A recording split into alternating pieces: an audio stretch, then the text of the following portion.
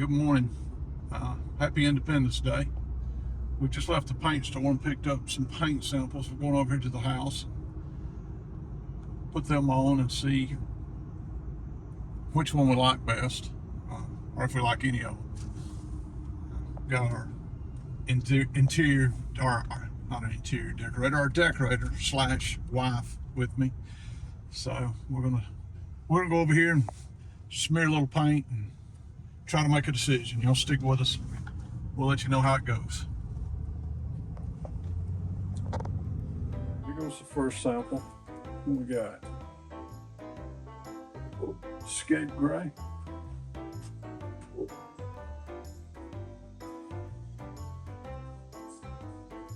What is this one? Slate tile, maybe? Slate tile. Ooh, this is going to be darker.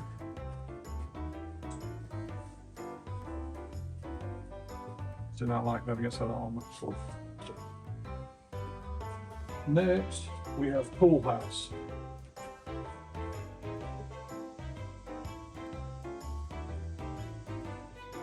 All right, that is pool house, and it looks very pool housey.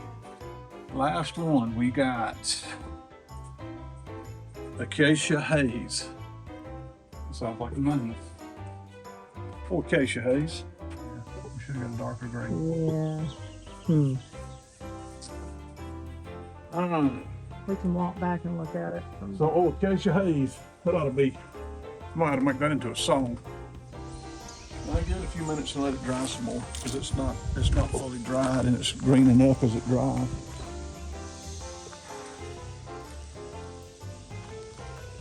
All right, watching paint dry. Yeah. Okay. Little neutral brown, little Grecian ivory, which is real close to that one color. And everybody's favorite Humphrey Bogart movie, Casablanca.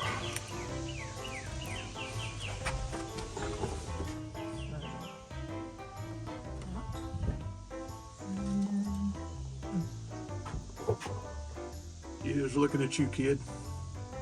Are you gonna do that with that? He is looking at you, kid. You didn't get that reference either. Oh, yes, I did. I had watched Casablanca. The question is, do you want any contrast between the actual window and the trim? I think I'm liking the Grecian ivory and the Casablanca better than that other one. Natural brown. What do you think? I can tell you. They're so similar. I don't know if you chose one of the three, anybody would know it. All right, second coat time. Little tip, if y'all ever do this, don't buy these little sponge things, they're horrible. That's what we got. So, kind of narrowed it down to maybe three colors. We got Acacia Haze, Skate Gray, and Slate Tile. You want safe or you want bold?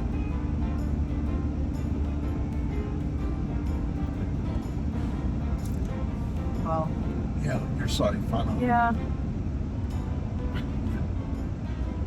I just kind of like the look of the lighter ones, but yeah, the dark scares me a bit. That's kind of where we're at with it. I guess we'll continue to narrow the process down. Luckily, we don't have to make this decision today. We got a few more days to get everything caulked up, prep before we have to be worried about the paint color. So, thanks for joining us, and we'll let you know the outcome. All right, folks, we're back here at the job this morning. I'm to show you what we got going on. This part of it.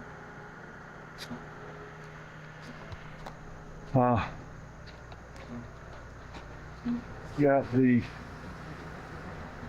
insulation crew here. So,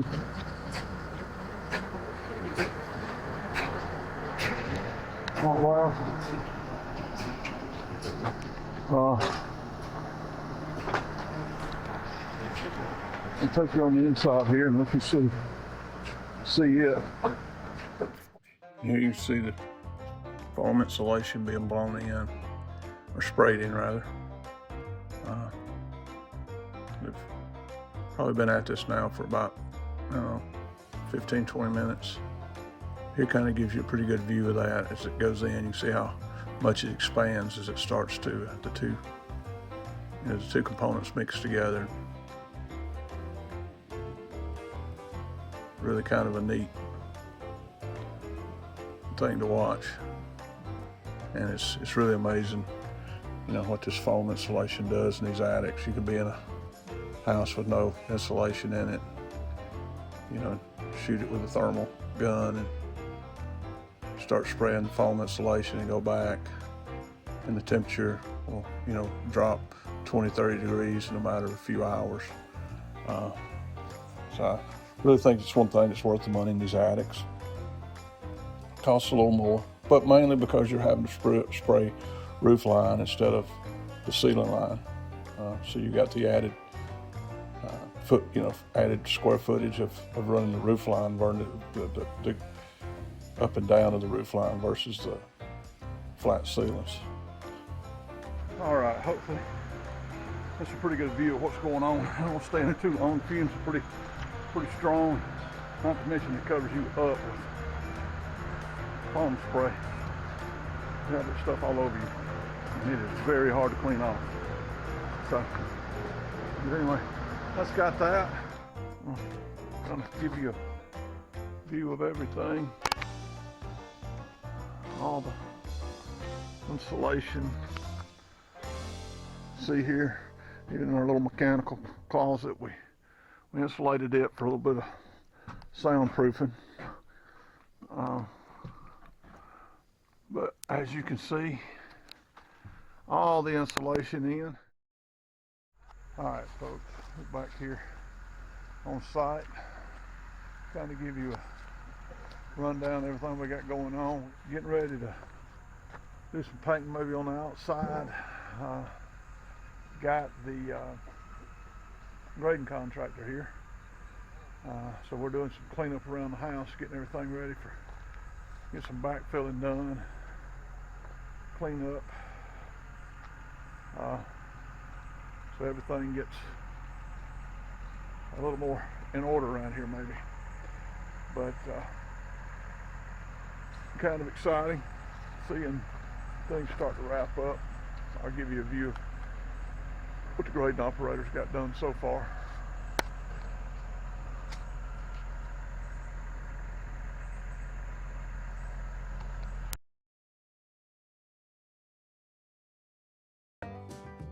Here I am starting to stain on the front porch ceiling.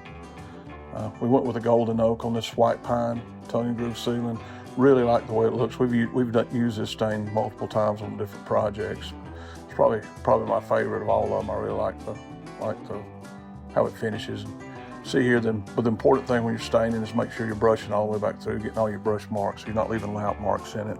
And you can see there how good that ceiling looks, and that's even before the poly's put on it. Once that poly goes on it, it really does pop. But really pleased with the porch ceiling here and how it turned out. Even though we still got some stuff to run around and some trim and stuff. And here I am moved to the inside, doing the front door.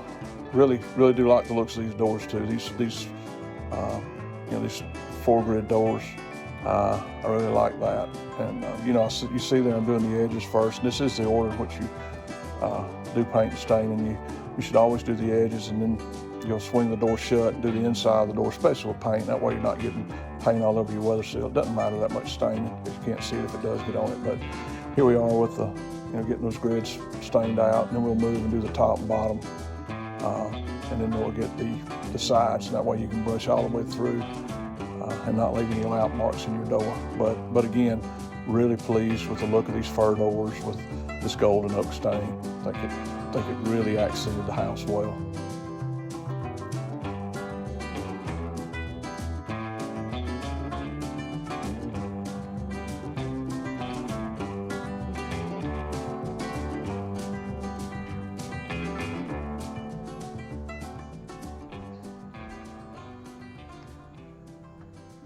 It's your favorite job, ain't it?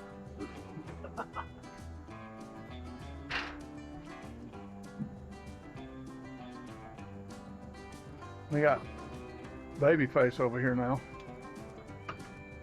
Sweat that water over there. Lost it. Hey, looks like he's 20 years old. Mario shaved part of his off. Uh-huh. Yeah. What got into y'all? Was this like a planned thing? Y'all decided, hey, let's go home over the weekend and shave. Oh yeah, Marvin's wife told me that. Yeah.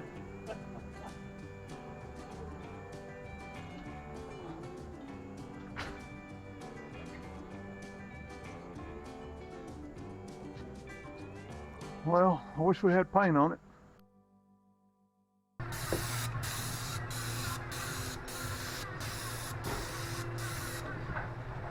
Fix that, didn't we?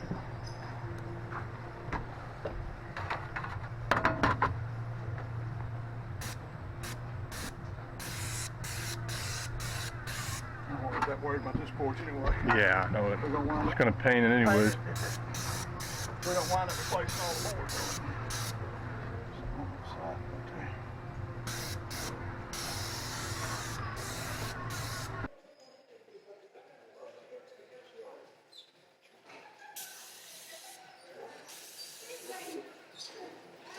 All right, here's a little corner when you spray inside. You want to keep your gun tilted a little bit up, and you want to run your joint, your lap. That way you're getting a good coat on your lap, and then you can come back and hit your middle.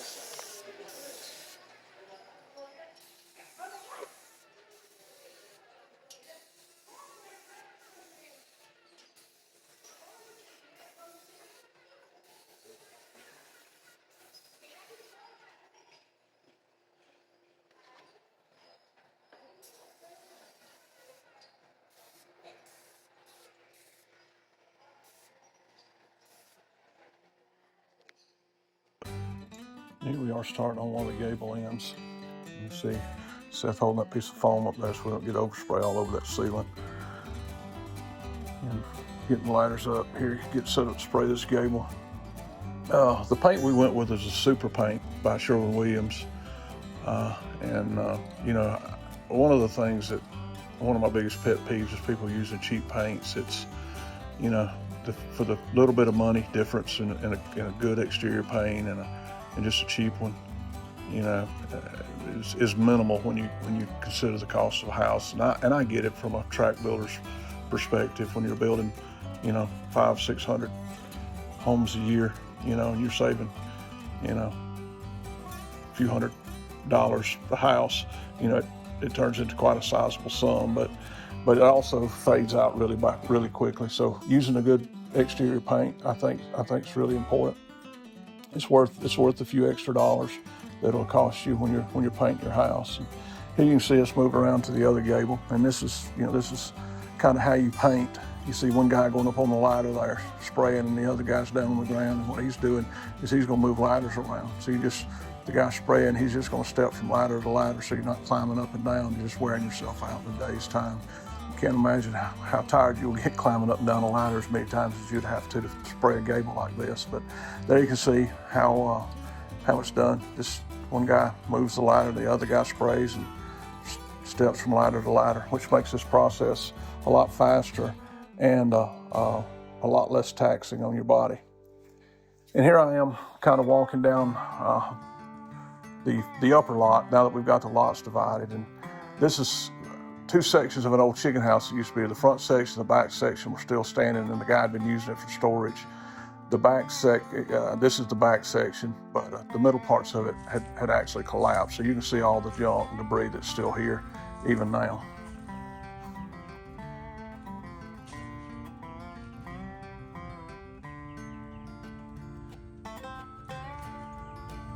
I knew what I was doing, so what was I thinking? There you can see the loader guys got all that, as those chicken houses down, and pushing up the debris, getting all of it cleaned up. making this upper lot look a whole lot better too.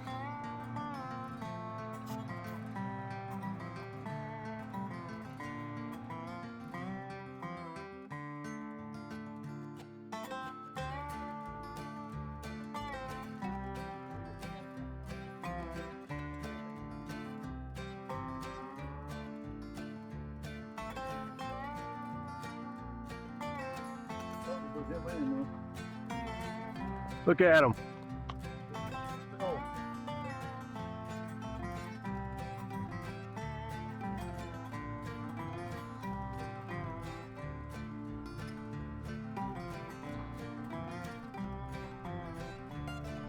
We should have run faster. Full fine. Here we are back with a loader. You can kind of give, this kind of gives you a bird's eye view with, you know, from the drone. And you can see already how much of the underbrush he's already taken down. And I thought this footage was pretty cool, watching this roll-off dumpster get loaded from the drone. But kind of you have to see how all that operates. I think that's dumpster number 7 or 8 that's come off this project so far. Of course, that's a lot of construction debris, but still. And you can see that old car sitting there. That was one of the cars that was left behind of the about dozen that was gotten off this place. But that was kind of entrapped by trees and they couldn't get to it. So we had to deal with it. And here you can see the loader continuing to take down all this underbrush, overgrown growth. Really nothing there worth keeping as far as trees go. Some of them old river maples and stuff probably would have made decent looking trees, but you know, they were really bent and twisted and just didn't look good. So, and we were going to need the dirt anyway, so we wound up taking all them down. But I thought this was pretty cool footage, being able to watch him run around from the drone's view. And you know, you can again see just how much undergrowth and was on this lot, how thick it was. All this privet hedge just really taken over. And here kind of gives you a scale of how big this trash pile is. When he pushes this debris up into this trash pile, you'll be able to see how much is here, how much he's already got pushed up. That's a 953 loader. And if you know anything about loaders, that's a pretty good size machine. And you can see how that trash pile just dwarfs it. So we're back here on the site. And it's kind of a big day. We, for 2 reasons. We had our zoning hearing, our first hearing last night, and everything went good on that as far as getting everything rezoned and getting the property divided into 2 lots. But the other thing is, it's the first time I've seen it since the grading operator has finished. We've been gone on another project. So we've been gone about a week, so just have come back here today. And I'm gonna give you all the reveal. It's a little bit different look. So really pleased with how it turned out. Actually, it exceeded my expectations, but here we go.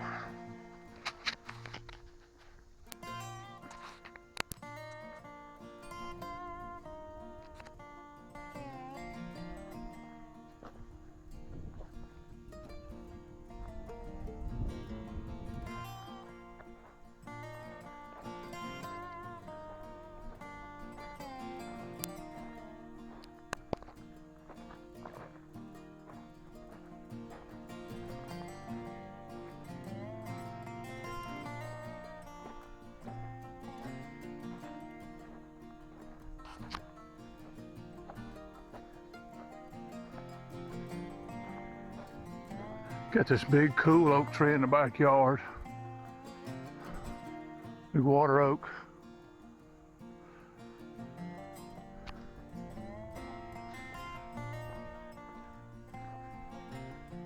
See the old smokehouse, or we're gonna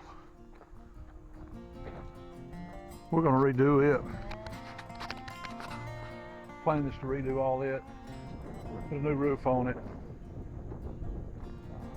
Have it for a little outbuilding, but hopefully y'all can see everything going on here. like I said, it greatly exceeded even my expectation on what it was going to look like. I knew it would probably look good, but we were really pleased with how it turned out.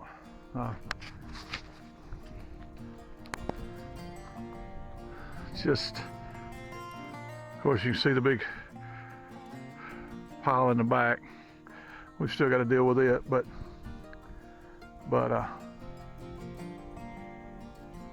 we're under a burn ban right now here in our part of the country. So it lifts on October the 1st, and this is the end of August, so we've got about a month before we'll be able to deal with that. And that'll give it time to dry, and it'll burn up a lot better, and then whatever's left we can haul out. But anyway, this is kind of where we're at on it. A long way from day one. A long way from day one. We're gonna get some grass planted, do a little landscaping here in the next few weeks, and we're gonna get some paint on the rest of this outside, get all this old red primed, and hopefully get a finish coat on the top, on all the cornice. Get these posts primed, finish coated. With any luck, have this outside in the short rows. Stay tuned. And here you can see us getting that cornice and fascia, the red cornice and fascia primed. You know, the product we chose to use here is the Sherwin-Williams Pro Block. And we had it tinted to the same color as our finish coat to, you know, help with the coverage of the finish coat. Sometimes when you're using these light colors, if you leave your primer even white, you know, it has a tendency to want to bleed through. Keeps you from having to, you know, climb up and put so many coats on it. But you know, and this Pro Block does a really good job with these dark colors, keeping it from bleeding through too. So really happy with the performance of it. We've used it multiple times. It's a really good primer. So, you know, and there you see Seth finishing up the last little bit of that ugly red. And here we are on the front porch now, finishing up the cornice and fascia and the beam here. Seth sweeping all the dust and dirt off, and the spider webs. You know, I got these Juro spiders in our part of the country that build nests all over everything, and spin their little webs and knock them down, come back around, they're already back. But you know, if you notice here, the wind, we made sure the wind was blowing opposite of the roof, so any of the overspray was blowing away so it didn't whip around and get on your roof. You got to be very careful of that when you're spraying. If there's any wind blowing, you can get a lot of overspray on the roof.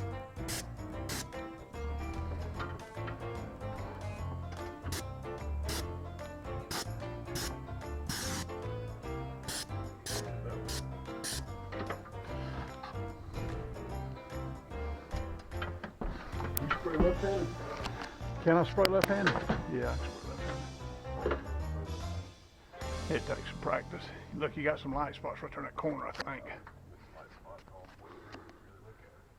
Yeah. All right, folks, we're back here on the job this morning. Fixing to try to finish up all this outside. We got just a little bit of cornice here we got to finish. Got the inside of the beam here, and that'll pretty much have the exterior. So we got Seth priming the sprayer, getting everything ready.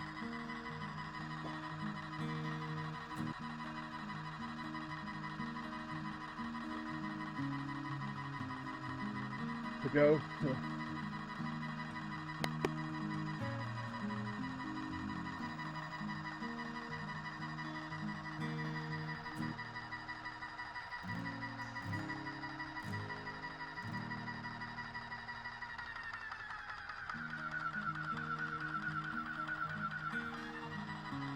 Oh, I want that thing kicking off.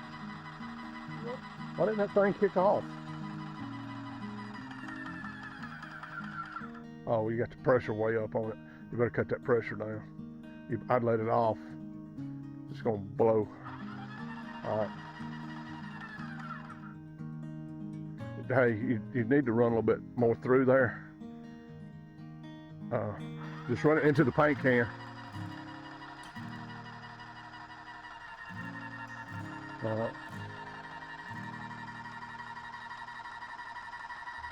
That's enough. That's got any excess water that would have been in it out. So here you see Seth finishing up the last little bit of cornice on this exterior. And you may be wondering why we didn't do that the day before, but we ran out of paint, so we wouldn't have left that little bit, but we just ran out of paint and had to go back to the paint store and get more. But, you know, if you're enjoying these videos, we would appreciate it if you would like and subscribe and send us a comment. We would love to hear from you. Thanks for watching.